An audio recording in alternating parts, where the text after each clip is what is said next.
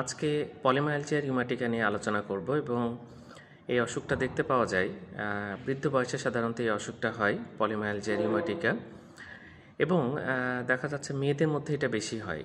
তার মানে বৃদ্ধ বয়সের কোনো মেয়ে এসে বিভিন্ন যদি জয়েন্ট পেইন বলে এবং মর্নিং স্টিফনেস, সকালে ঘুম থেকে উঠে স্টিফ হয়ে থাকে এবং এটা বলে, তাহলে কিন্তু আমরা এই অসুখটা মাথায় রাখি। ইএসআর বলে একটা টেস্ট আছে যেটা করলে দেখা যায় যে এটা অনেক বেশি বেড়ে গেছে, অনেক সময় 100 পার হয়ে যেতে পারে পলিমায়ালজিয়া রিউমাটিকা। তাহলে বেশি বয়স্ক মহিলাদের মধ্যে যদি জয়েন্ট পেইন, মাসল পেইন এটা এসে বলে, তখন কিন্তু আমরা মাথায় রাখি পলিমায়ালজিয়া রিউমাটিকা। যাক, এটা খুব ভালো চিকিৎসা আছে, কিন্তু ডায়াগনোসিসটা ইম্পর্টেন্ট এবং মাথায় সন্দেহ থাকতে হবে। বৃদ্ধ বয়সে যদি জয়েন্ট পেইন এবং মাংসপেশিতে যদি ব্যথা নিয়ে আসে, তার সাথে আমরা রুটিন টেস্ট সবারই প্রায় করা হয়, সিবিসি বলে একটা টেস্ট আছে, এবং ইএসআর করি।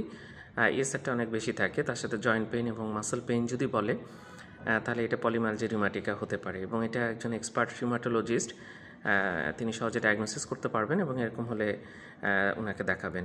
ধন্যবাদ সবাইকে।